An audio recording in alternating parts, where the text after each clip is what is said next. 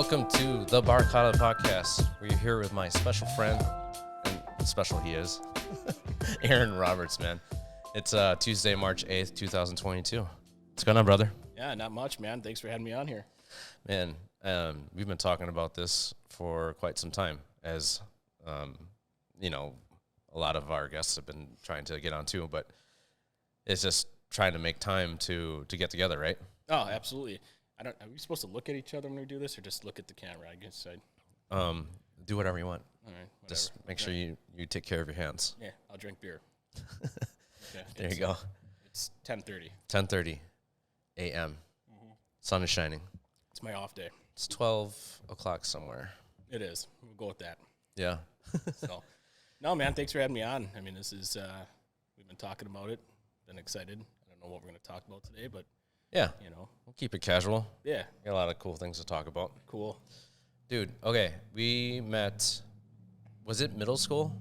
Was that the first time?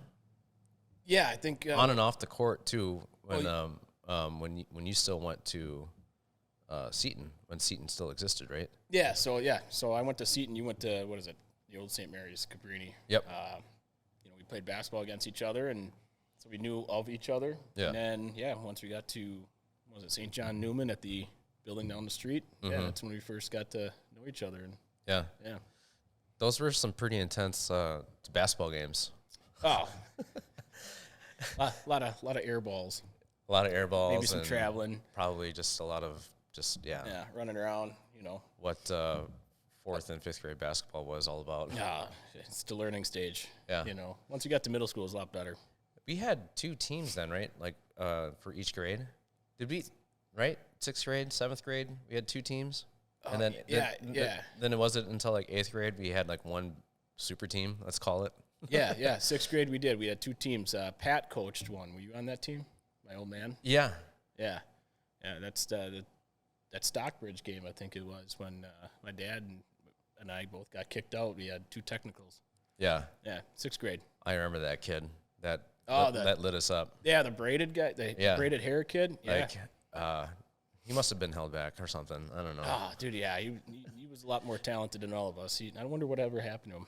Yeah, like back then, like if you were able to handle the ball with your both hands, which he could, like man, he was tough to stop. From sixth grade to seventh grade was definitely a big transition to skill level.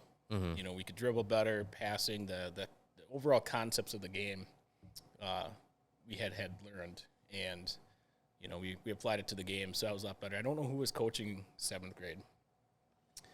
I know that because Jay's dad coached eighth grade, but it was eighth grade. Yeah, I don't know who coached seventh grade. Mr. Hansen, right? Oh, it was. Yeah. Yeah. That was one team, though, right? Yeah, that was one team. Yeah. So I got to pull up some of those pictures, man. That's what I was thinking, too. I'm like, man, we got to dig up some old things, but, like, we had those physical printout pictures. Now it's not like we can't scroll through our phones and be like, oh, yeah. No, yeah, right? You can't search through it and all that kind of stuff, like the old colorful background that we had, like the lasers and... Oh, yeah. Yep. Yeah, that was a long time ago. That was my favorite for sure. Yeah. Did we have options, or it was just like, no, that's what you're getting? I think you had options. I think there's only like two, maybe three. Because the lasers were cool. Yeah. But so why wouldn't you choose that? Yeah, it was like that midnight blue with like the yellow and red laser specks in the back. I don't know what it was, but it was something funny. But yeah, no, those basketball days were good. It was we were good. Yeah, it was a lot of fun. Yeah, I mean, you got especially eighth grade. We had one team, and by then everybody really had picked up skills, and but then we all knew where we were going to go. So it was nice when we went to our respected high schools. We knew how each other played. Right. We had, I think it was Brad that went to North. A lot of you guys went to Lourdes. Yeah. I think it was just me that went to West. Gagliano went to West. Yeah. That was definitely like a not necessarily. Yeah, it was a weird point in our lives, because it was a big ending for us, graduating eighth grade, and parting ways with each other, really. Yeah. But even though we went to opposite high schools, we all remained friends. We all stayed close. Even during our high school years, we'd hang out. Probably not as much and not as often, but yeah, we still. Yeah. And then after high school, we all kind of came back into a large group of friendship. I think that was something rare. I don't think you see that as often. Yeah. I mean, you know, you always heard when you go to college, your college friends become your lifelong friends. But, that definitely is. I mean, I have a lot of college friends that are good friends still, but they're not as close as my high school buddies and all of you guys. So I think that's something that is rare. I think that's also something that's very special. Yeah, and I would like to add too, like it's different. Like we're in that generation that is constantly going through changes with like the new technology and stuff coming in, you know? Yeah. Like our kids probably, like your oldest is how old now? 10, almost 11. 10. So she's never not known like a year without technology in her life, right? Yeah. And it's crazy. Like I wonder how we would have been, you know, going our separate ways in high school, you know, in the social internet media, you know, times that you're experiencing now, right? Yeah, I mean, I think there's so many pros and cons to the technology and the level that we as a country or just society are changing too. There's a lot of pros and cons. Social media in general, I think same thing. A lot of pros and cons. I was on Facebook for a long time. Got off it. I think it was January of 21. Oh, really? It's been that long? Yeah, but I signed up for it in 2003 in computer class in college. Dude, it's funny seeing some of those memories pop up. Yeah, and that's when we were in college. Yeah, and that's when it first became. I think Facebook was 2003. So, not saying I was one of the first person or people to sign up for it, but yeah, you know, relatively new. But I had it for so long, it just got overwhelming. But I keep my kids off it. I mean, they have Facebook Messenger for kids and stuff. But sure, we monitor it. Yeah, because there's just so much negative on it, and you know, I don't want my kids growing up necessarily just with social media. I want them to be able to look at people and talk, make eye contact, and have those communication skills that are so important. You know, being able to talk to people, being able to be receptive and listen to people as well.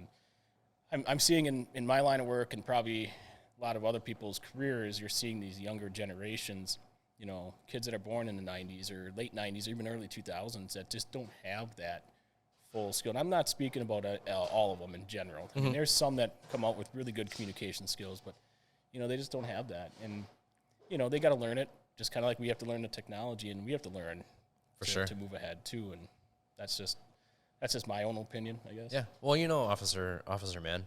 Yeah. Yeah. I'm also on a different project right now too with Go Watch Gosh Kids, and she was actually one of the first guests on that podcast. Okay. And they were talking about, like, you know, the safety and concerns about, you know, being on social media and all that technology stuff, and it was a really good conversation. Okay. Yeah. So, you know, if you ever have the chance to check it out, it's on Go Watch Gosh Kids. Yeah. I think I'd do that. She's a great officer. She does a lot of good things for our community, and as well as our department. She really brings the respect and I guess just the good partnership and community partnership between our community and our department. So she does a really nice job. That's a good position for her, and she's done a really nice job with it. Yeah, man. Somebody's taking our photograph.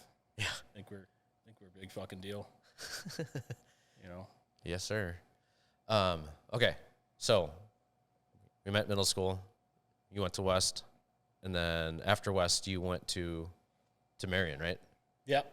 Well, no, I went to Lakeland. Oh, Lakeland. That's right, dude.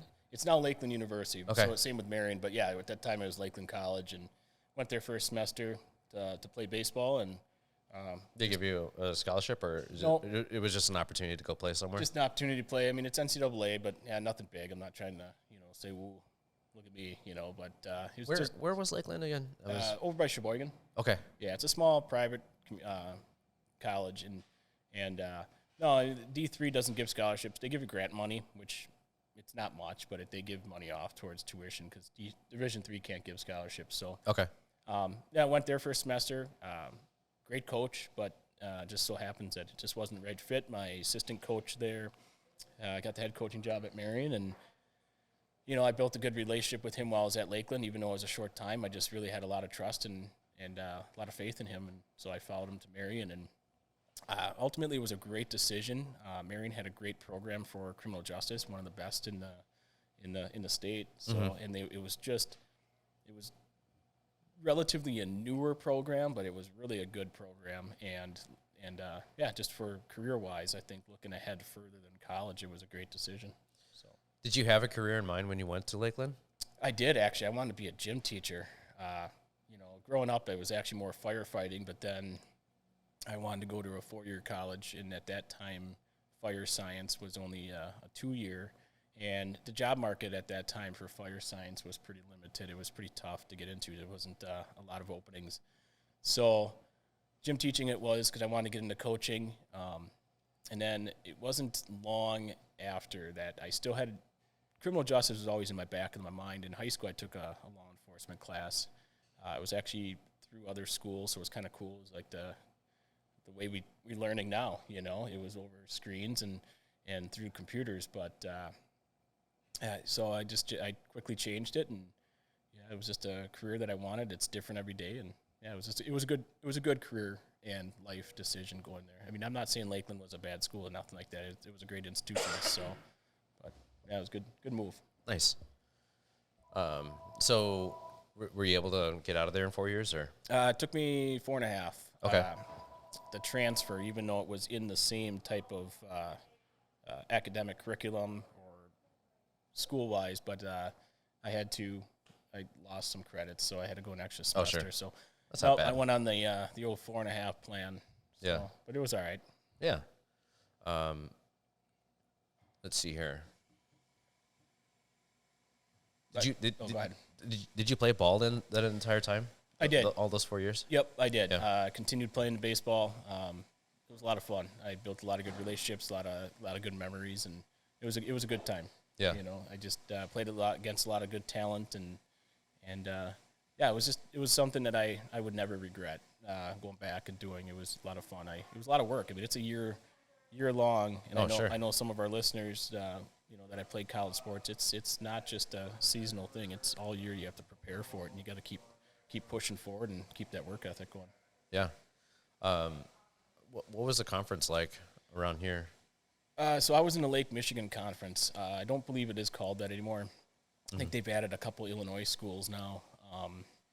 But at that time we played, I can't remember. I know Ripon was non-conference, but yeah, we played UWO a couple times. We actually, my freshman year, we beat them doubleheader. It was that was a big powerhouse. I mean, we all know UWO baseball program, under pretty solid. Former coach Lechner, and that was a big win. And I think we actually had beaten them a couple of other times, not the doubleheader. They usually if we snuck out one on a doubleheader, they came back pretty strong and pretty much walloped us. But we had beaten Point.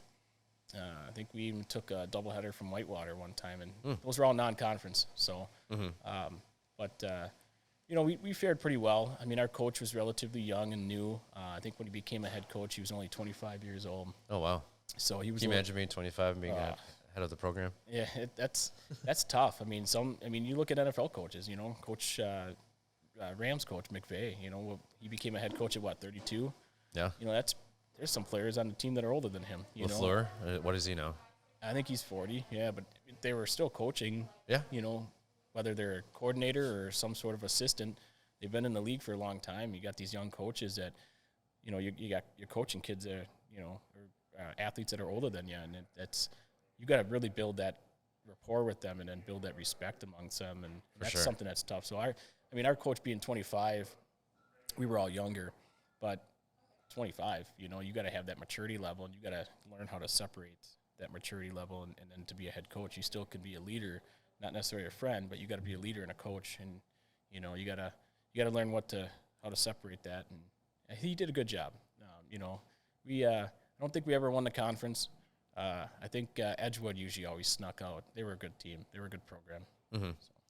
Well, you were a catcher? Third base. Third base? Yep. And then why do I think catcher? No, I didn't have the knees for that. Still don't. Knees are falling apart. But no, I was a third baseman. That was primarily my position. I did DH. It's not really a position, but I played some DH, and then Roberts, go ahead, get up there and hit some balls. Yeah, right. And I went through a lot of ups and downs with hitting. But I played a little bit of first base too. That was a complete transition. I usually always played growing up, some second, some shortstop, mainly third base. So I was always a middle or infielder, the hot corner. Mm-hmm. So first base was a completely different transition. So did all right. I mean, it's basically the same concept: knock the ball down, stop the ball, catch the ball. I mean, it's just just different side of the field and stuff. So different, a little bit of a different angle and just a little different responsibility. So yeah. You're a big Cubbies fan, right? Oh yeah. Yeah. How did that come to be? Like we were talking on the last podcast with Leaf about how he was, a big, Cubs fan too. And I was saying that, well, maybe WGN had a big part of it. You know what I mean? That's really what it is. Growing up in the 80s, WGN Channel 23 up here always broadcasted the Cubs games. And, growing up, I listened to Steve Carey and Harry Carey and then Steve Stone. And those are the two. And then a lot of it, too, is when my grandfather would pick me up from school. And we'd go back to his house, and I knew that baseball was on. I was always attracted to baseball. That was just always my sport. Growing up, I grabbed a bat, a glove, and a ball, or I dribbled, or I played with the football. Never was a soccer guy, never played organized soccer. I think the one time my folks bought me a soccer ball, I actually liked how it dribbled off the concrete. So that just wasn't my sport, but baseball always was. And so I'd have my grandfather turn off his old Westerns or the black and whites, and we'd watch the Cubs games together. And he wasn't really necessarily a Cubs fan. He liked baseball. Yeah. He's probably more of a Brewer fan, but, he knew that I liked baseball, and we just started watching Cubs. I mean, growing up, that Brewer games weren't broadcast until late at night, or if not, I've been on TV. So, yeah, and I don't really like the Brewers at all.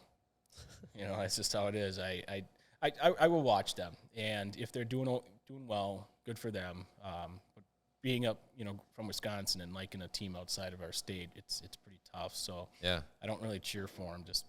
That's just for the simple fact. But so, what was it like when you saw them win the World Series? Oh man,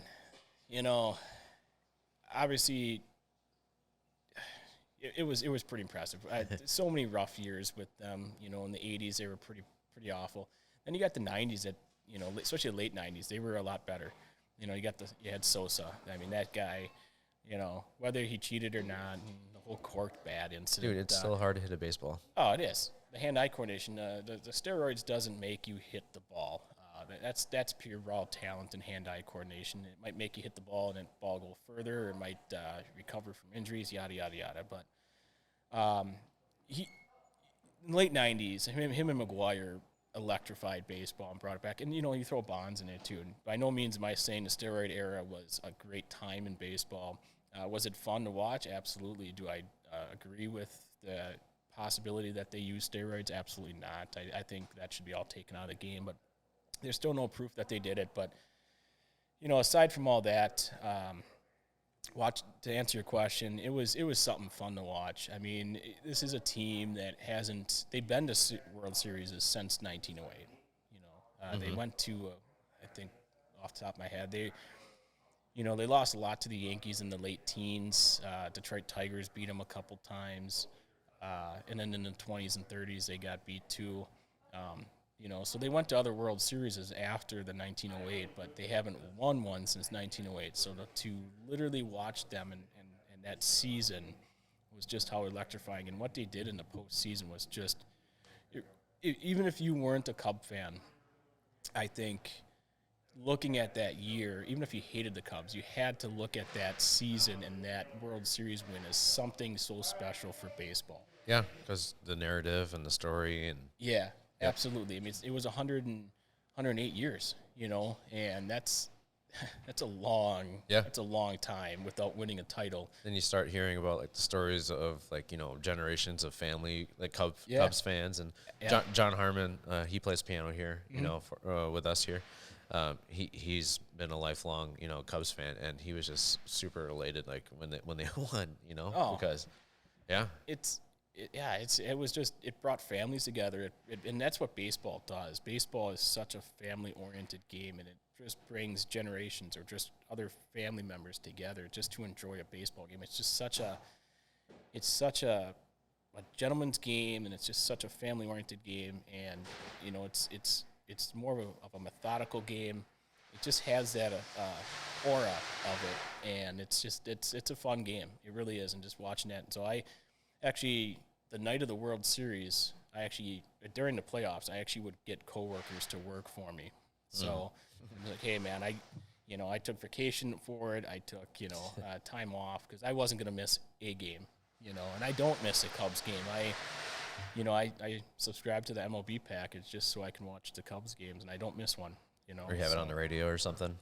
Yeah, I mean, if it's a day game and I got to work now, with scheduled, I'll definitely have it on. But, yeah, I don't – or I DVR it, and I come back and watch it later. Yeah. So. Are you big, I don't check my phone type of thing, until you're able to watch it? Oh, absolutely. Yeah, I don't check any scores. It's a lot of games throughout the season. It is. I don't miss one. I don't. Yeah. I mean, I shouldn't say I don't. It's very rare if there's if I'm on vacation or something like that, or doing something with family, But or don't have cell service or Wi-Fi. Yeah. I don't check scores, and a lot of my friends know not to dime it out or give me the score, and then, sometimes they're assholes and they do it, but I still go back and watch it just because I want to watch it. Yeah. I even have the DVD of that season and that World Series win. But when I saw Chris Bryant get that ground ball for the third out and he threw it to Rizzo, that it just, I don't know how the emotion was. I just I froze. I literally froze. Like, is this real? Yeah, is this really happening? Because in 2003, my roommate, Jim Lisbeth, also a big Cub fan, and you know who Jim is, we were watching that series, that playoff run that they had. And then they lose in the NLCS, lose 3 straight games to the Florida Marlins at that time. And I remember all my teammates were up there, and not one of them said a word to us. I remember vividly Jim literally just gets up after that third game they lost, and Jim just goes to his rooms. I hear the door slam.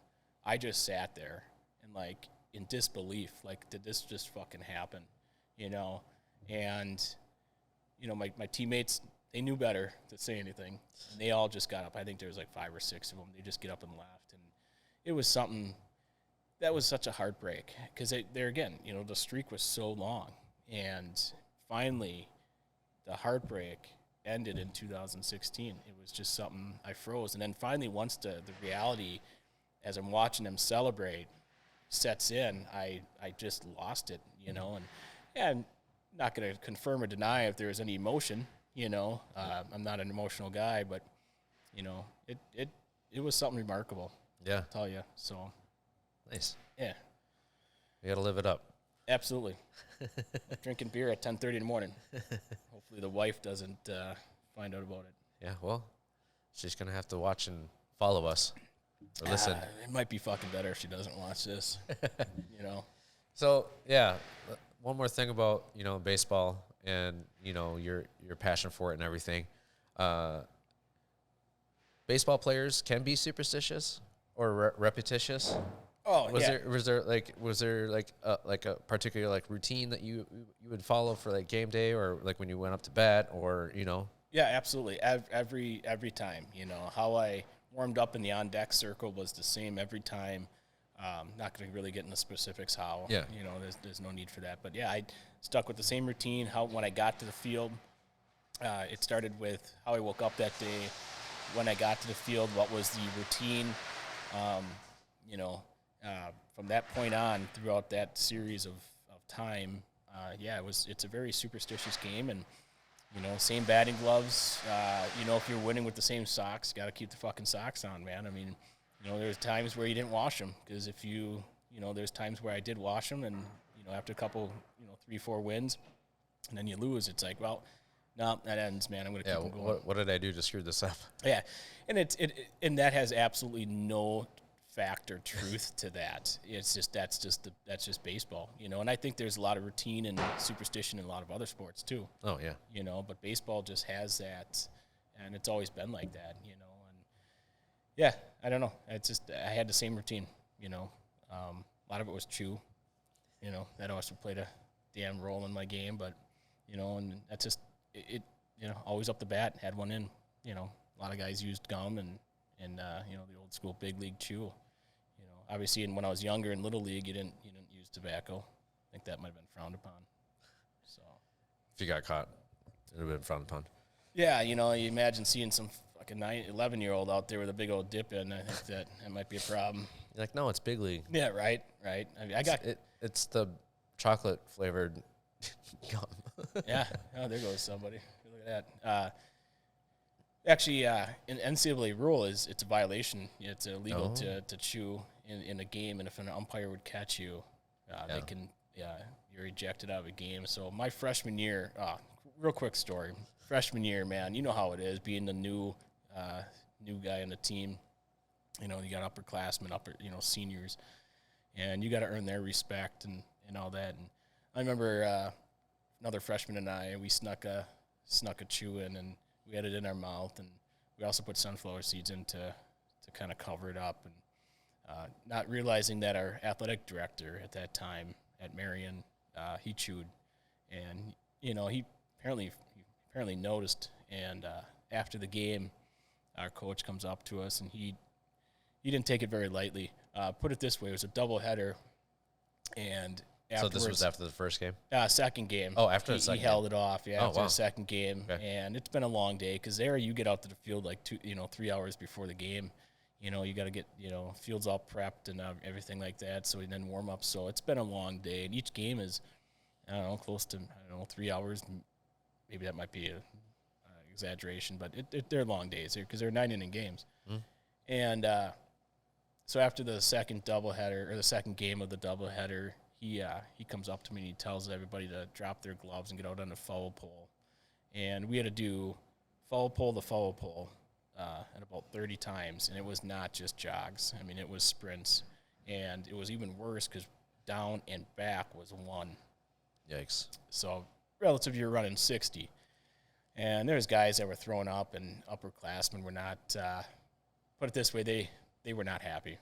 And they made myself and the rookie realize that, and we had to learn our place real quick. So that changed. So, that was a funny story, but it is what it is. Yeah. So I'm sure you got plenty more to share, but we'll stay there for another time. We'll go on to that. Yeah.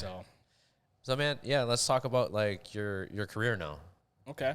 You work here at in Oshkosh. Correct. Right? For the Oshkosh Police Department. I do. Yep. I know you were talking about how you wanted, at one point you wanted to be a fireman and, fire teacher. Like, when did it hit you? Like, you were like, okay, I want to be a police officer, man. Yeah. I mean, that started to kind of grow on me even when I got to college. But then just knowing that Lakeland had some law enforcement courses, and then when I got to Marion, I looked into what programs were one of their top and most progressive courses, and that was law enforcement. I'm like, I think that would be a great career for me. I think good fit for me. It's something that's different every day. Yeah. It's changing every day. I can be my own boss, out doing patrol, doing whatever you're doing, you're kind of in charge, You don't have to sit in an office. And I'm not saying that I couldn't do that type of work, sitting in an office all day. I think at that time it was not my fit. Getting older probably could be a good fit, but anyway, I thought law enforcement it's an exciting career. You see different things every day, and each day bring a call may be different, and it changes. And I think that I was intrigued by that, and so I went in that route, and it took me a little bit to get a full-time job. I mean, after college, I became a part-time police officer in Omro. That's right. I remember still got that picture with you. Yeah. In Scott Park there. You know? Remember you, waving the people across the street and stuff. Oh yeah, doing traffic detail. Yeah, for the 4th of July parade. But, and that was a good start. I was 22 years old. Do I think I was fully ready? I can't really say I was, or wasn't, I guess. But I think my time in life and all that, I did well, but it took me a little bit to get a full time, and I got hired here in Oshkosh at 25, and it's a good age. I mean, you're well past college. You're kind of out of that college element and that mindset. And you had a few years of experience then at that point. Yeah, I mean, even though it's Omro, but it still, things happen, and but you have some of the basics down and some of the experience and stuff. So it prepared me for here, and this summer I start my 14th year already. And 14? Yeah. Dude. Yeah, I know. That's wild. I got 14 more to go. Yeah. You know, and then I'm out. You know, I don't know what I'm going to do after. I will have to get some sort of other type of job, but yeah, you know, it doesn't have to be full time. And you know, I'm pretty intrigued by the when I go to Florida, I see the old silver-haired old guys rolling around on the four-wheelers doing beach patrol. I think that would be a solid gig. There you go. Yeah, you know, I like warm weather, so that's where I want to move, somewhere down there. So yeah, it's a good career. It is. You know, I mean, even with the things going on, which I have no doubt you're going to ask me. Yeah, that's one of the things I did want to ask you. Like, how has the climate been for you in, like, the last couple of, like, 2-3 years when some of this stuff has, like, been coming, you know, to light with, you know, how people, like, view, you know, law enforcement and all that kind of stuff? Yeah. Well, I think a lot of it, it started well before my career, and you know how it is. I mean, you got the Rodney King situation back in, 92 in L.A., and you got other incidences, and history tells you that there's been, you know, tensions in law enforcement prior. And when I mean tensions, it's not necessarily between, you know, law enforcement and races or anything like that. There's just been some situations that have raised some eyebrows, I guess. But for me personally, so I started in 2008, and you know, it was good, smooth flowing. Once 2014 hit and the Michael Brown Ferguson situation happened, I think that was really where everything kind of started and led up to where we are now. Mm-hmm. I wouldn't say that. I shouldn't say that's where it all started. It started prior, but it stayed dormant. I think that it brought back to life in 2014. And yeah, that situation too in Ferguson and going through that time period, it was a tough time. You know, looking at all the facts, my issue is the you know, the media, you know, jumps right on to not understanding facts, not understanding how law enforcement may function in our operations and stuff like that. And I'm not saying law enforcement's perfect. It's not. What I'm saying is just there's a lot of false narratives that go out there, and then they report little snippets of video that make the situation look worse. And so Ferguson kind of kicked off, and without knowing all the facts. I mean, you lived through that. You know, you're probably pretty savvy about what was going on. Everything we were seeing is, you know, this officer shot this black guy, you know, for no reason, and that's not true. You know, and then when facts came out into light, media doesn't change. They don't go back and say we're sorry, or they don't go back and say or counteract their stories. And that's what's frustrating, is they stick to what they reported and they just move on. Like, yep, I may have added and put fuel on the fire, but too bad. You know, and you know, the Officer Wilson was the officer involved with, and you know. It's always a sad situation when somebody loses their life. Absolutely, it doesn't matter what race you are. It's sad when you know, when something like that happens, especially an officer-involved shooting. And you know, no one should lose their life, but it does happen. That's just the reality of things. And looking back at Officer Wilson, I don't know what that dude is up to. You know, he lost his livelihood. You know, I knew at the time he just had a newborn, was married. You know. God knows where he's living now and what kind of life he's got. You know, his name's out there. Everybody knows his name. I hope he's doing well. You know, I wish well for the Michael Brown's family too. But, you know, when the facts came out in the light, and even there's witnesses that showed Michael Brown tried to assault the officer, and that's fact. You know, it just goes back to the media. You know, there's, you know, the days of reporting from media facts are kind of long gone. And it's kind of sad. Yeah. So. Now going into last 2-3 years, you know, even up here in the Fox Valley, it's hard. Mm-hmm. You know, we come across situations that and people that, you know, say they're negatives to us. I'm in a line of work. You know how it is. You know, you're always going to get things said to you. You just got to blow it off. It is what it is. I worked bar scene for 11 years. Oh, yeah. You know, you're dealing with intoxicated individuals, college kids. You know, they're going to say everything under the sun at you. You're going to see Tim Ryan and I running down the street in the middle of winter. Yeah, right. Look at these three nut holes fucking running down the street, and I look and I'm like, oh my God. And then I know them. Yeah.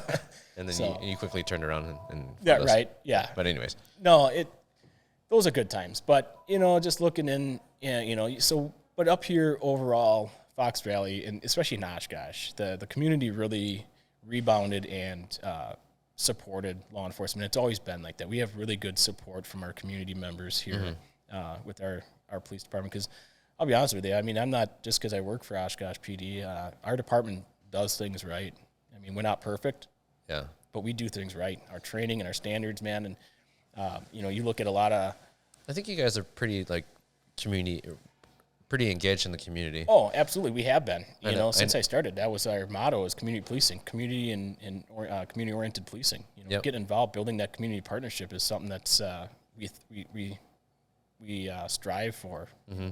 So during that whole Black Lives Matter movement, there were a couple officers, right? Was the chief there in the square, like just meeting with people and talking to them? Like, yeah. So we gave them ask us questions or whatever. We'll listen to you too. So. Yeah, I mean, and we went down there we have to be down there to monitor, to make sure large gatherings like that don't get out of hand. Yeah. But we ultimately stayed back. There was one moment that got pretty heated. The bullhorn came out and there was some chanting going on against law enforcement, and it got kind of heated. There was a moment the large group started to kind of come at us, and kind of started to surround us. So we actually got everybody out of there, and we went blocks away just so we could monitor. But that was at the height of everything, and I know Appleton had some issues too, some squads damaged and stuff. But overall, the problem is the silent majority of people like us and support criminal justice across the nation. Mm-hmm. And it's the vocal minority of people, and I don't mean with the race. I just mean there's a small amount of people that don't like us. And you're going to always have that, But as law enforcement, you continue to make changes. You continue to build those community partnerships and be involved in communities. And that's something that law enforcement across the nation, some of them have probably failed at or became lackadaisical. But here at Oshkosh, we do a good job. We really do. And I think that's why we didn't have that impact. But it still was stressful. You read a lot in the media, and I'm a big media guy, and I like to follow news articles, especially with law enforcement, what's going on, what changes law enforcement agencies across the nation are, and what politicians are trying to impose, what bills. And, so I stay up on that. And it's seeing a lot of new bills and trying to be passed in respected houses of the states. And, it gets frustrating because a lot of it seems like they're trying to take a lot of our ability and our training out of things. And I don't think a lot of common sense and logic are being implemented in decision making. Sure. And that's what's frustrating. So, well, just like any process, I think they also very well need to listen to what you guys have to say, right? Yeah. It seems like what I'm gathering here, it's like they're trying to make the decisions for you, like trying to tell you what to do with your job or what you're capable of doing, right? Absolutely. It's like me going into a hospital and saying, hey, all this is wrong. This is how you need to do it. I don't care about your training, your education, your expertise. This is how you need to do it. And that's absolutely wrong. And the whole persona of law enforcement going around beating people, assaulting people. Do we have to be physical with people at moments? Absolutely. And it's not to hurt somebody. It's to protect them and as well as us. And, we are crime fighters. That's what we are first. We wear C's on our chest. And, if we stop doing that, safety of communities fail or falter. And, when the safety of communities falter, businesses will be impacted. Safety of community will be impacted. You need police. I mean, that's just plain as day. You need good police. You need law enforcement. You need that safety net. And I think a lot of that's being taken away. I mean, officers are leaving, they're retiring, they're quitting, they're getting out of the field. I used to see billboards for universities all come, along the highway. And criminal justice was always mentioned on one of their programs or their degrees. You don't see that no more. We're seeing less and less people apply. We're seeing numbers go down. I mean, we're pretty good staffed. We got recruits right now, and so we're getting better. But it's you're seeing cities, across the nation that are hurting for law enforcement, and crime rate is going up. Numbers are going up, and you can't have that. No, you can't have that.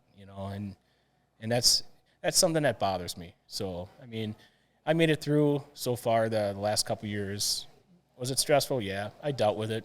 That's just the type of guy I am. We've had officers that have been impacted by it, and I know officers across the nation, friends of mine, people that I've met who have walked, who left, and they just said, and they work in communities, though, that were really impacted and affected by May 25th, 2020, the George Floyd incident. And that incident,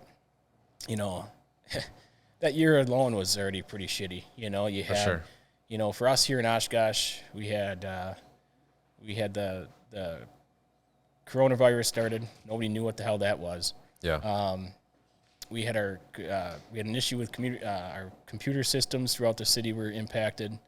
That's right. So ransomware, right? Yep. So for 3 months, we didn't have computers in our squads. The entire city was down. So then you had the May 25th, the George Floyd incident.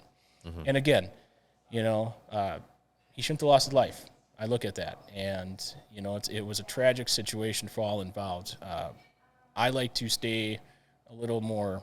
Maybe I'm a little biased towards law enforcement, but I do not think the officer's intentions were to kill that individual, Mr. Floyd. But it did result in that, and it is what it is. And I just look at that, and what I mean by it is what it is. It's not just I'm just brushing it off. It impacted a lot of people. It impacted everybody. And I can first want to say that nobody should lose their life like that, but it happened. When you have, again, with the media, and I'm not trying to bash everyone that's in the media here. If you are and you're a reporter, just please start reporting facts again. I mean, that's just what it is. You can. Everyone's so quick to the gun, right? Absolutely. Like just get the story out there first. Absolutely, and you take a 2-second video clip of somebody, because everybody's filming now. Everybody's got a phone. Everybody's filming, and you take a 2-second film involving an officer. You don't know what led up to that. I mean, just slow down, and wait till some more facts come out. And I'll get more into that in a second here, real quick. I know maybe we're time. No, you're good. But back to the George Floyd, and what I have a problem with is everybody looks at it as a racial issue, and this could be a sensitive topic for a lot of people. And I just look at it. We're in 2022, and at that time we were in 2020. How are we going back to all these racial tensions that were back in the 60s and prior to that? I just think people just aren't educating themselves enough with history. Yeah. This stuff has happened already, but before, and we have to understand what the makeup of our country was. Absolutely. And there were slavery, horrible thing. It's definitely a black mark on our country for sure, or a black eye on our country. Absolutely, it's a negative for sure. But we moved on from that. We learned from those mistakes. And that's you always, you teach your kids, you make a mistake, you learn from it and move on, right? Yep. That's exactly what we as a country did and should continue doing, and we're not right now. And we have politicians, people in high positions that are still building that racial tensions. Now, are there racist people out there? Absolutely. They're a bunch of nitwits, pieces of shit. Is it their right to be racist? Unfortunately, it is, as long as they don't act on it. You know what I'm saying? And, I don't like them, but unfortunately, that's their right to have that opinion or that belief. It's when you act on it. And I look at things now, people aren't acting on it. And the media, and you have politicians that are just breeding this racism and they're increasing it. Now, I'm going to ask you, Marlo, I reached out to you a few months ago. Yeah. Since this pandemic started, Asian people are being impacted.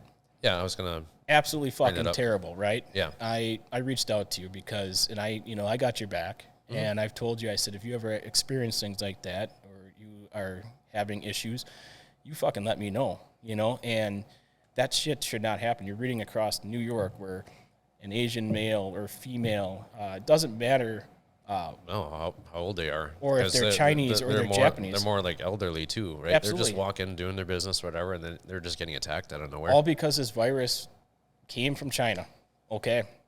Yeah. It is what, that you look at that. Yeah, it came from China. Just because you're Asian, Marlo, doesn't mean that you released this or you're the cause of this, and yet people of your race are being impacted, and that's the racism that I'm talking about, where people are acting on it, and that's wrong. It's wrong to be racist. Let me clarify that. It's wrong even when you act on it as well. It's all wrong, but you're going to have that in this country, unfortunately. But I do not think it is to the degree that now in society that it was back in the 60s or even prior to that. It's not. No. And we hear about it more because it's being talked about more by politicians, people in higher positions, the media. Using it as leverage. If they just stop building it up, it wouldn't be as bad. Mm-hmm. And there's a good interview with Morgan Freeman. I can't remember who was interviewing him, but he was asked, how do you stop racism? YouTube it. It's on there. He says, stop talking about it. Mm-hmm. This is Morgan Freeman, an absolute legend, not only in the acting profession, but I think he is a well-respected human being in general. And when he, as a black guy, says, how do you stop or end racism? Stop talking about it. And there's so much truth to that, Marlo. Mm-hmm. And I'm not saying we have to forget it or ignore it and put it away, but tuck it away for a little while. Or just tuck it away, because I don't think this country is racist. I do not think that this country is where we are back in the 60s. I just don't think that. And this is my opinion, and if you all that are listening disagree with me, then by all means, but this is my opinion. I work in a line of work where I have a lot of contact with people, and I meet people of all great races. Of all great people from all different races. That's how I should say it. Mm-hmm. And man, we get a lot of respect. I treat everybody fairly. That's just how it is, but when I'm working, I look at crime. I don't care what race you are. I don't care what your sexual preference or gender are. I look at, you committed a crime, that's your consequence, because that's my job. Yeah. I'm arresting you not because of all those other things. I'm arresting you because you committed a crime, and I'm making the community safer. And that's what law enforcement does. Now, I'm not saying there's never been any racist cops, or there isn't any racist cops. Again, absolutely should not be working in that line of work. Mm-hmm. You know what I'm saying? But I would probably bet that 99.9% of law enforcement across the nation, and they're so vetted, they're so screened. To get into this line of work, you have to go through some rigorous process, backgrounds. You are interviewed. Are there some that slip through? Absolutely.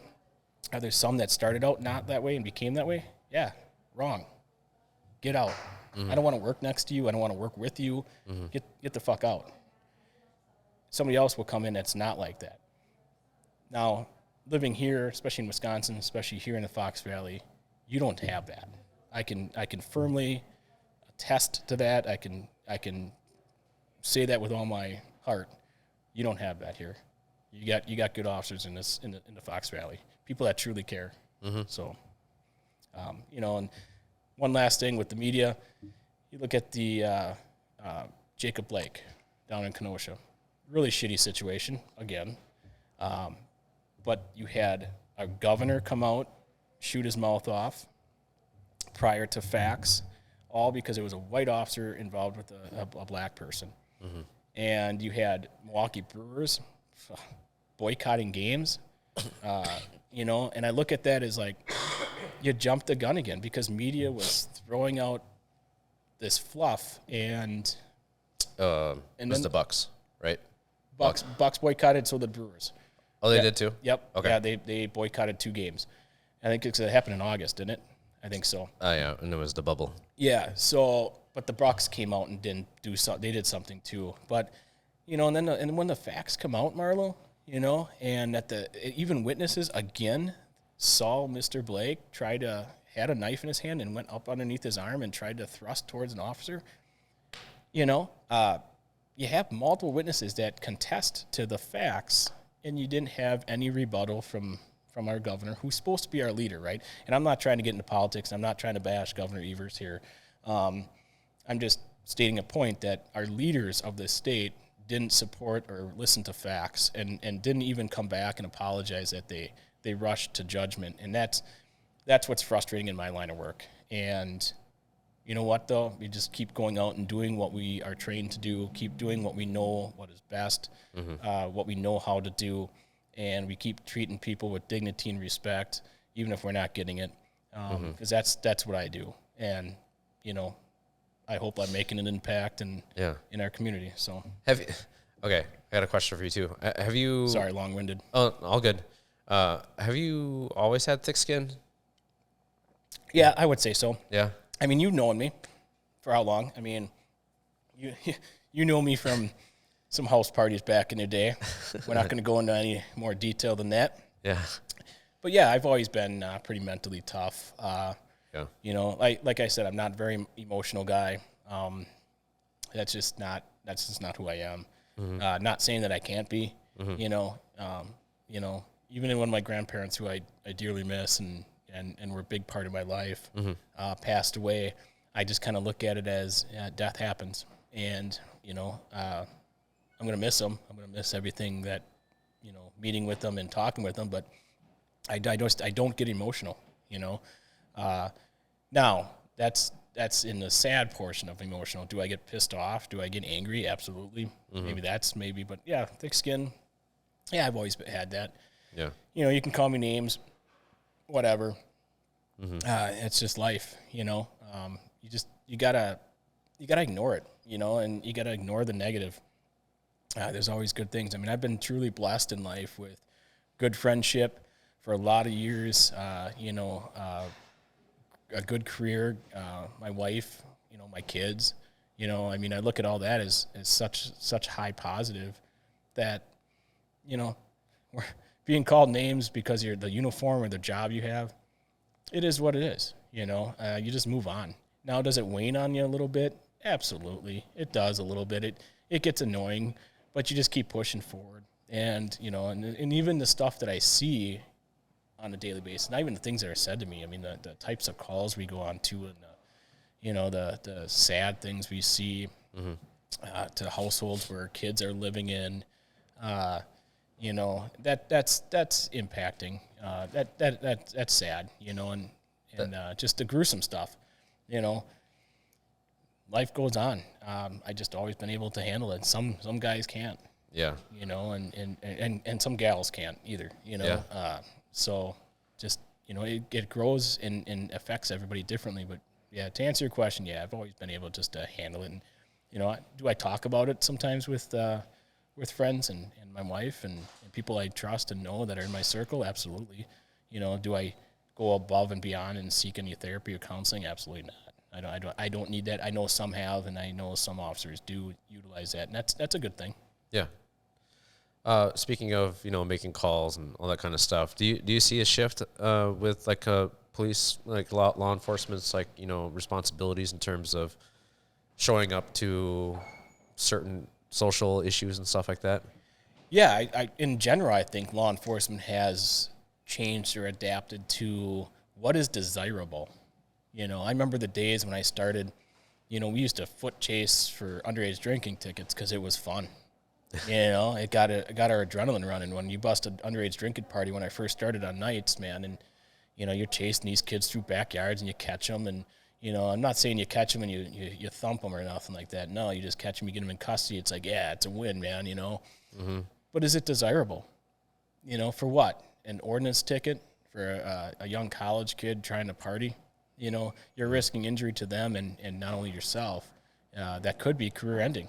Mm-hmm. Actually, there was one time when I did, and we chased a young kid, and we both dove over a fence, and I missed a pipe sticking out of the ground.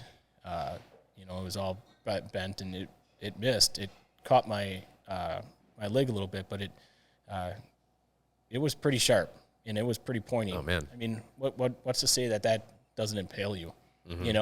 So long story short, just what is desirable, what is necessary to engage, and what is not. And communication is always been an importance in law enforcement. You got to be able to communicate. You got to be able to talk with people. Yeah. And when they talk about de-escalation, you've heard that, right? Law enforcement recently. Yep.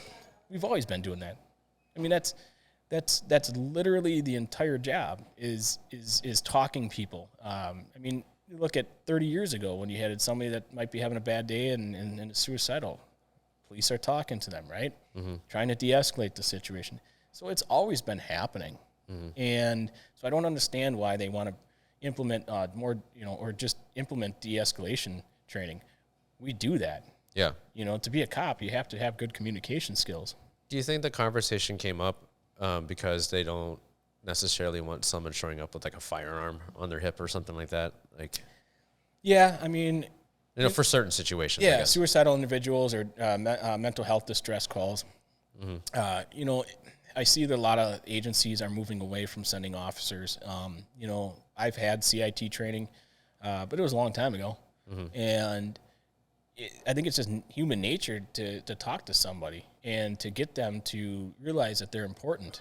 And so, I mean, you can go through all the training you want, but that's just having empathy. Yeah. And I think sending non-law enforcement is a positive. I don't know. I haven't seen the, total numbers on that yet that have, like, I think now there was Oakland that has been sending, like, social workers and therapists or counselors to these calls other than law enforcement. Yeah. But I haven't totally seen all the facts and the data that if it's working. We've implemented a behavioral health officer position, and they want to add another one. And so this is an actual armed officer. Okay. He doesn't show up in uniform, but he is armed. He looks like a detective, plain clothes, but he still has a badge and gun on him.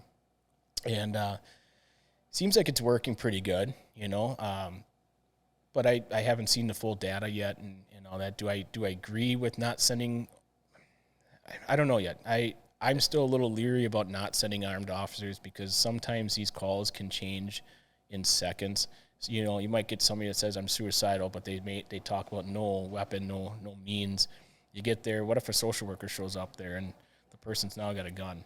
Yeah. Now you have to call police real quick, and we could be a ways away, and that situation could drastically change in seconds. So I don't know. We get a lot of those calls, a lot of welfare checks for mental health, and that gets a little stressful because truthfully, I don't know if that really is a law enforcement type of call. I mean, we have to look at what, crime, and that's what we are. I've almost kind of feel like I've become more of a counselor and a therapist a little bit. Yeah. So, but that's times we're living in. That's society that's changing. And then when society changes, just like any profession, especially law enforcement, we have to adapt and change. Yeah. Okay. Let's talk about a couple different training things. Our buddy Matt, recently, how many years he's been in the force now? For 2-3 years? Matt Steinert? Yeah. Has it been that long? I think he's either just hit 3 or just about to hit 3. I just remember around that time when he was kind of going to training and all that kind of stuff, we were asked to join him at wherever they were to help with the training of like field sobriety tests and stuff like that. That's a thing, right?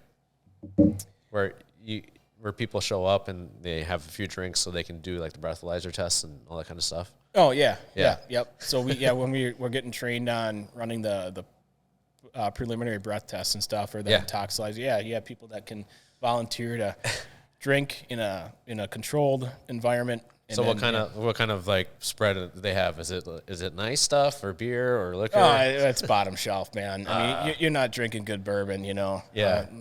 Can you bring your own?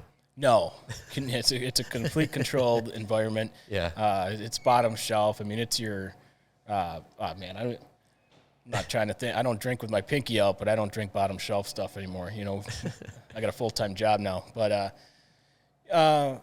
Yeah, it's a controlled environment. It's cheap stuff, and they don't allow people to get over completely shit faced. Yeah. I think it's a certain blood alcohol a level, and then they cut them off, and then they serve some food.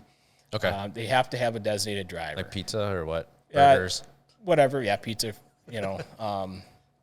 And they got water, and then they have to have a designated driver. Yeah. So they will not allow anyone to leave on their own or just to walk. They have to have a responsible party with them to take responsibility for them. So yeah, nice. Then taser, man. The old taser. Yeah. You have to do it once, right? Or yeah. So they don't actually do that in the academies anymore. They do it at again a soft society that we're breeding here. Did you actually have to go through it twice then? So I did an AMRO. Yep. They that one though, they put pillows behind me and they put alligator clips on me and they connected it and then they zapped me that way. So I didn't actually get shot firing with the probes. at you? Yeah. Okay. I still felt the effects of it. Yeah. Now here in Oshkosh, no, they didn't mess around, man. 2 dudes held me and then somebody shot me with it, so I got to feel the full ride. You were clipped at that time? Nope, they shot me with it. So the probes stuck in my back. So it's possible that one of your buddies or whatever, people that are holding you, could get hit too? It's possible, but yeah, the spread, the further back you are and the distance between you and your target, as the probes spread out, just like anything, the closer you are, the tighter the spread. Further back, the wider the spread gets. Yeah. So they stand about me and the camera away. Okay. And they point it, so the spread just goes out. So it was about, I don't know, 10 inches maybe apart. Yeah. Not even. And but yeah, the probes went in me. You don't feel them go into you. You just feel the damn. It just happens. You just feel the fucking electricity going through you, and then that's crazy. Your whole body locks up and tenses up. So they tell you to go to the bathroom. Try to do both, 1s and 2s, man. Otherwise, because once your body tenses up, there's been known people to shit themselves. But luckily enough, that did not happen. Yeah. I would tell you too if it did, but it didn't. Yeah. So yeah, they record it and everything too. Do you have footage? No, they don't. They don't record it. We just went down to our range, but they don't do it anymore for new hires because the academy doesn't do it either because of some liability bullshit that happened years ago. Now, when we go through taser recertification, it's not really recommended, but we kind of tell these rookies, hey, dude, if you're going to use it, you need to understand. You need to know what it feels like. And so a lot of them get kind of non-peer pressured or bullied, but I hate that fucking word. But, but a lot of them sign up to do it. So I don't know if Steinert has yet, though. I'm going to ask him, though, because I think he should ride the lightning a little bit. Right? Pepper spray, they do get that. Ugh. Yep, they do get that. That's hell. That's worse than being tasered. I'll tell you, I'll taser myself every day for the rest of my life.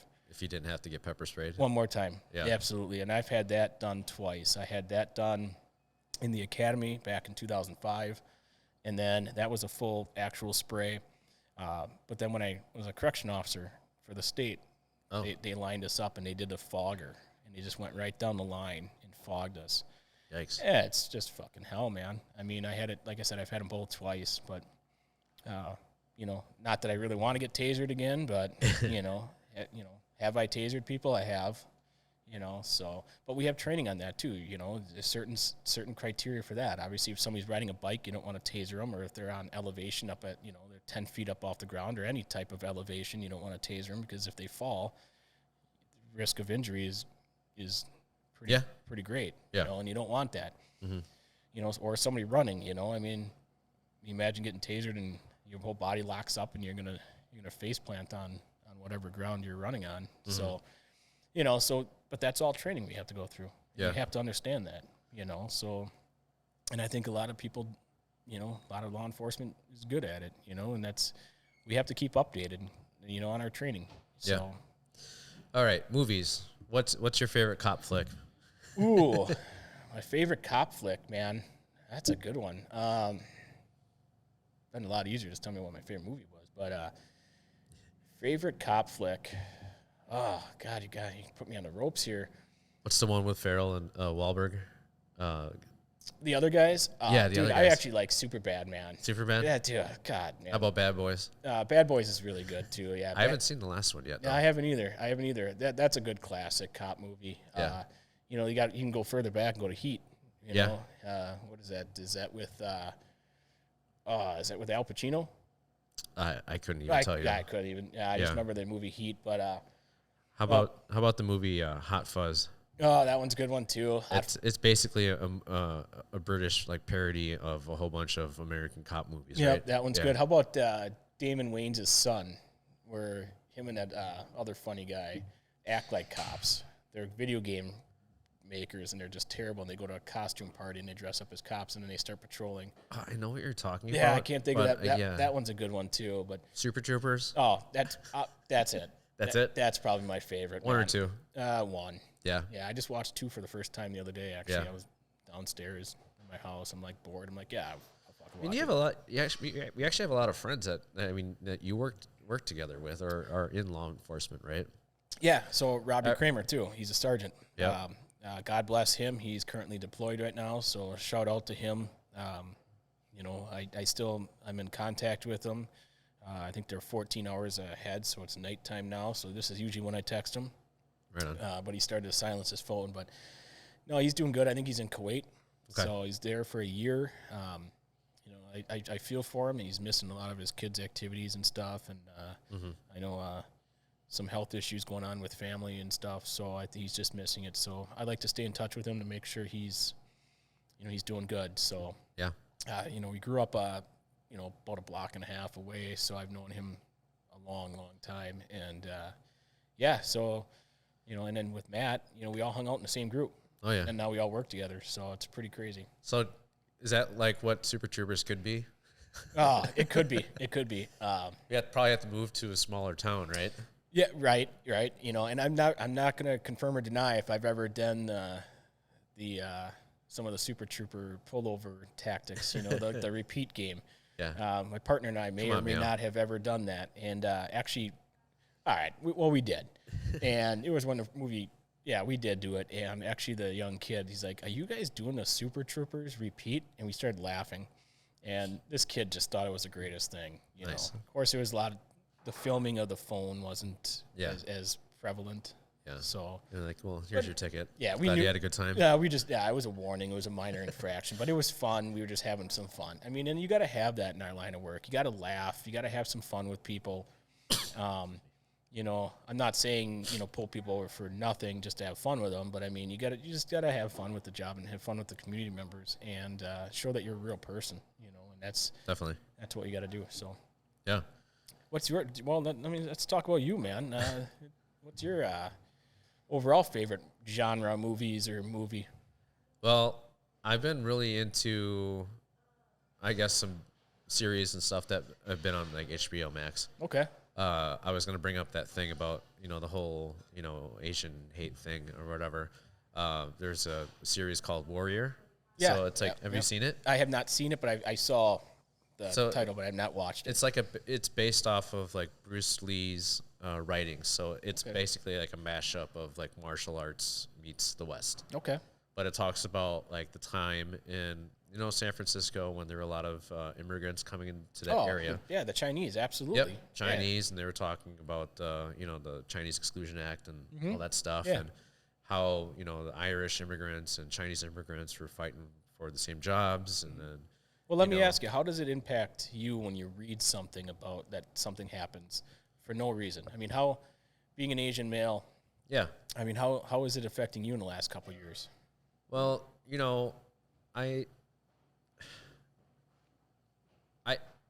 I guess my initial thoughts, like, with the whole thing with, like, the whole tagline, stop Asian hate. Like, does it have to be, like, does hate have to be incorporated with the movement or whatever? Mm-hmm. You know what I mean? Like, it should just be, like, I mean, I don't know. I don't have a better way of, coming up with it, but it's got to be something different. I think it's just pure shit. But I think, it hits home because, like, it could very well be, a family member or a good close family friend that just is walking around minding their own business and they just get hit because of the way they look. Like, that's not right. And they're hit because they're assaulted because of the way they look, based off of someone's belief that this virus, just because it came from an Asian country, that person that they're assaulting is the cause of it, and is absolutely insane to me. And that's why I wanted to reach out to you. And I apologize, Marlo, if I didn't reach out soon enough. And because at that time when I reached out to you, it was happening more than it is now. You're not seeing it as often, but you're still seeing it. But then there was a streak there when I reached out to you. That's why I think I did it, because there was I don't know. I'm just throwing off the top of my head 5 or 6 in New York City in alone. And I'm just like, I wanted to check in with you. I mean, to make sure you guys are good and you're okay, Yeah. No, I appreciate that, man. You're one of maybe a couple other people that, reached out. And so that really does mean a lot. Oh, it infuriates me. And that's a lot of people tell me I probably should stop watching the news and media, but I like to stay up on, I love it, and, I like to stay in tune of what's going on. And I think that's a good way to, know what's happening in society, not just around here, but in general, because when people think that stuff happening in New York or these bigger cities cannot happen here, is absolutely ridiculous to me. And I think these people are naive to not realize or to believe that, smaller towns, it can't happen, because it could. And crime's everywhere, and there's shitheads everywhere. And it just infuriates me that this stuff is happening to, it goes back into the whole race stuff. It just doesn't have to happen, and whether you believe in being a racist or if somebody is a racist and that's their belief, fine, you're a shithead. I don't want anything to do with you. Just don't act on it. Don't open your freaking pie hole. Don't go and physically assault somebody because they look different than you. Just stick with your own beliefs and shut your goddamn mouth, and that's your right. I'm all about freedoms and rights. Yep. And opinions. Everyone has a different opinion or a belief or theory. That's what makes this world great. But just don't act on stupidity. And, I just, those people that do that they should never see the light of day. It infuriates me. And that's why I wanted to reach out to you. And it was late at night too, I believe. I was watching TV. That's usually when after the kids go to bed, I get some time by myself to decompress. But, and I'm like, I was watching Fox News, and I just wanted to reach out. I'm like, fuck, another one? I mean, you gotta be kidding me, When's this shit gonna stop? I mean, in hindsight, Marlo, 2020 to now have been some shitty years. Yeah. I mean, there's no other way to say how or describe, I think, these last 3 years or 2.5. We're going through some times as humans that are incredible, that are unheard of, I guess. And I'm just speaking because we're alive now.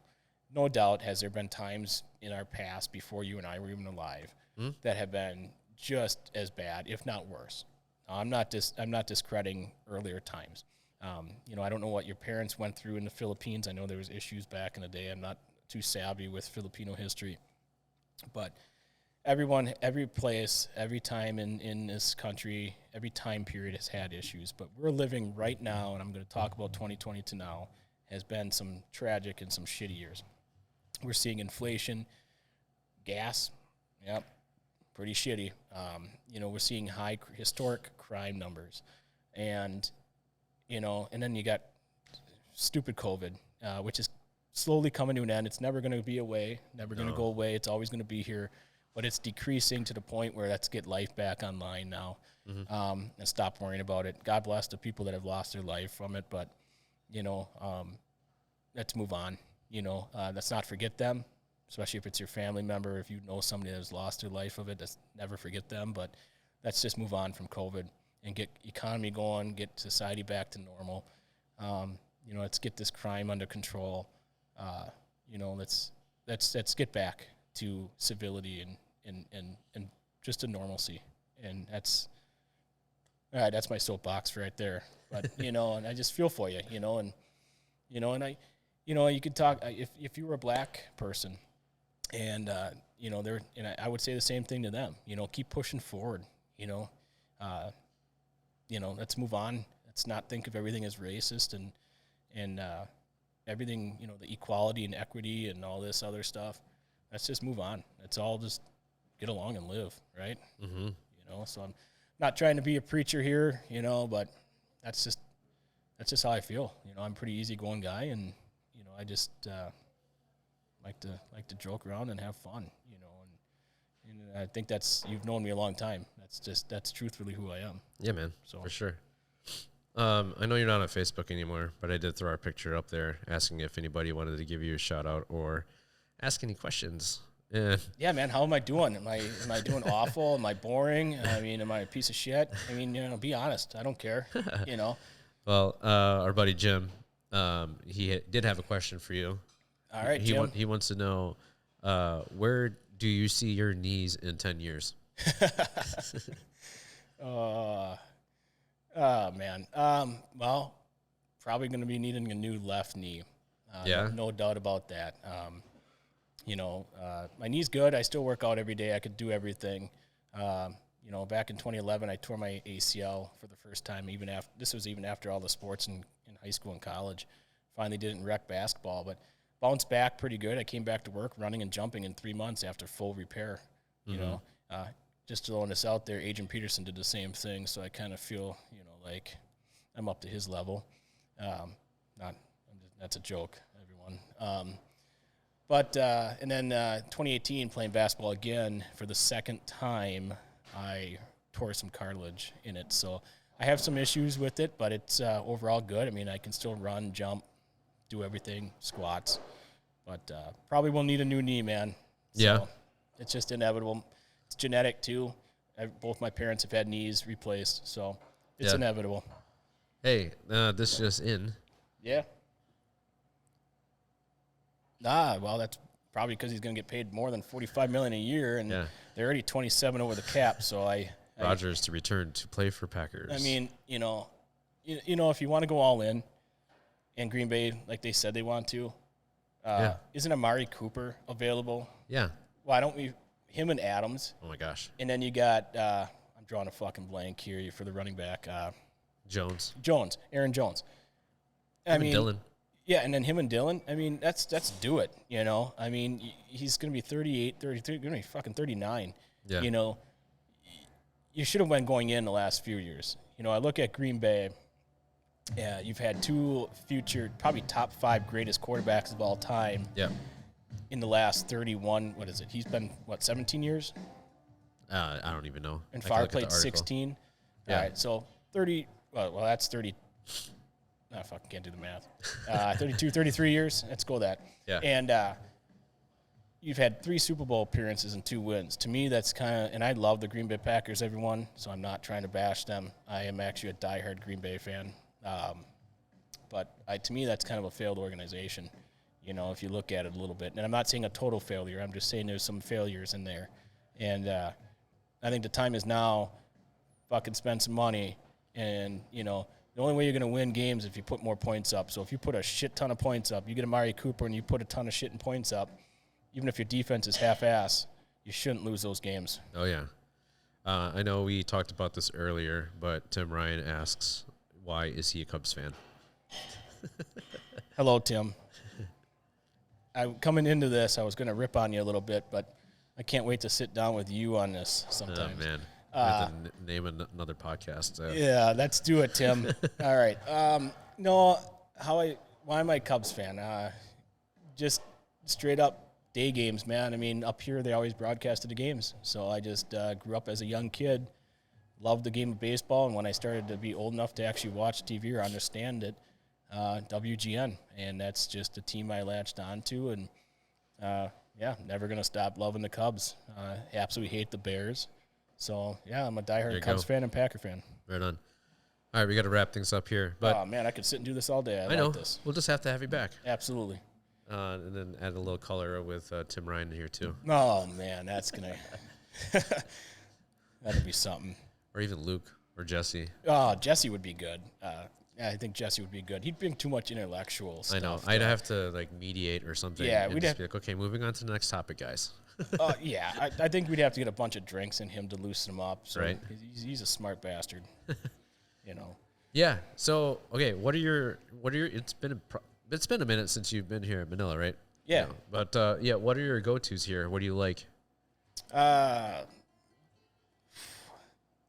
I love the building. I absolutely love it. I think you guys have done a great job with the atmosphere in here and what you bring to the table for Oshkosh. Growing up here, I don't live here now, but seeing something like this is unique and new to Oshkosh, even though I know you've been here, 10 years now? It'll be 10 in September, yeah. Okay.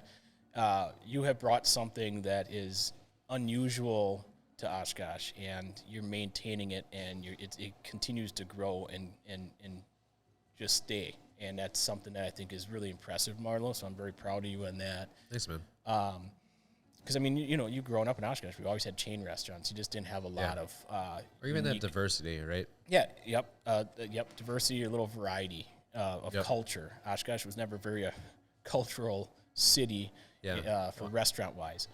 I mean, if you look at the classes that are going through the school systems now, from when we first started, I felt like I was like the lone, Filipino, which I probably was at the time. Yeah. But, it's nice to see such a diverse group of kids. Oh, absolutely. City has grown around here in diversity and cultures. And to see you bring a restaurant or a business like that is something that's been awesome for the city. But, I like your crab ragoons, man. They're not even on the menu, but I think you have to ask for them. Oh, you mean the Rangoon roll? Yeah. Yeah. Or just your regular crab ragoons, man.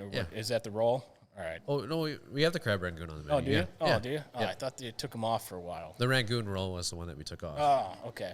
Yeah. So, I've only actually, hate to admit this, Marlo, I've only been here like twice. Yeah. I think, and the one time I just drank. So. Well, you were out here with the crew and stuff, too. Yeah, right there at the table, yep. Yeah. I can't remember what I got. Probably the usual, like I always like to get is. It was at the adobo. Yeah, it might be something like that. Yeah. That's the thing. Okay. I love sushi. That was also something I wanted to talk to you about, because part of the reason why I opened up the restaurant was because I thought, my friends and stuff were able to experience something different growing up with me as a friend, and whenever you guys would come over, you would eat what we would eat. When your family would be over, your aunt and uncles and grandparents, man, the spreads that they would put on, oh my gosh, it was amazing. Like when we sleep over at your place, it was awesome. Well, cool.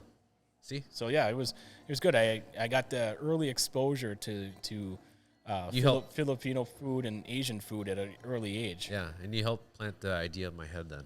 Awesome. Well, good. I'm glad I had an impact in your future career. So yeah, for sure, man. No, I'm proud of you, man. You're doing a good job with this, and I'm glad you invited me on here. I hope I brought something to the table, and I hope people liked what I said and truly believe what I'm about. Yeah, I mean, we can respectfully listen to each other, and we can have disagreements, but that's where it really comes down to, is just trying to find the understanding, or just having that civility, just to be like, okay, that's your opinion. Yeah, that's the thing. As long as you can have civil conversation and peaceful conversation with people of different opinion and different political view, and that's fine. As long as nobody gets too angry about it. I mean, I could have sat here and talked politics. I chose not to. I think maybe a lot of you guys can already read who I'm about or what I'm about, but yeah, maybe we can leave that for another segment or another talk. But just getting to know me, and we just ask some good questions. Sports teams, and I'll talk sports all day. Yeah, so. Usually when we have a guest on for the first time, we just establish who they are and everything, and then the next time we come back on with we come up with a topic or something, so. Or if there's an issue that you are particularly passionate about that we want to share with our friends and whatever, then we can do that. Yeah, I feel like this one was pretty easy, just getting to know me a little bit, and talked about a lot of good topics that I think I have some good basis and good knowledge about and experience. So yeah, well, hopefully soon, maybe this afternoon, we'll be getting onto a whole bunch of different platforms on the podcast end of things. All right. But as always, follow us on Instagram, Facebook, YouTube. I'll be sending you a YouTube link because you're not on Facebook. So yeah. I did. I dropped that, man. Yeah. I mean, there are times where it goes without saying. Yeah. It was just getting too much. So yeah. A lot of the social media. I don't do Twitter. Yeah. I do Instagram, but I just look to follow certain things that I like to follow, and for sure. I hate to admit this. I do have TikTok, but I don't. some funny videos. I'd love to see you doing some TikTok. I will never do my own TikTok. We'll get you to do TikTok sometime. Man, you're gonna have to put picture of a lot of beer and bourbon over here, man. Hey, totally fine. God, I don't know, but I don't do a lot of the social media. I stay away from the Twitter. I don't want to do any of the bantering, and that's why I kind of like Instagram. You just watch some videos and follow some people. I just don't like the back and forth commentary bullshit. I just don't have time for that, and I just don't think it's good for someone. So. Yeah. Well, hey, man, appreciate you. Yeah, cool, man. This was a good time. Being such a good friend and for all you do for our community and others, so. Awesome. I appreciate it. Thank you guys for having me on. Yeah. Well, we'll see you guys on the next episode of the Barkada Podcast, and thanks for listening and watching. Awesome. Cool. Later.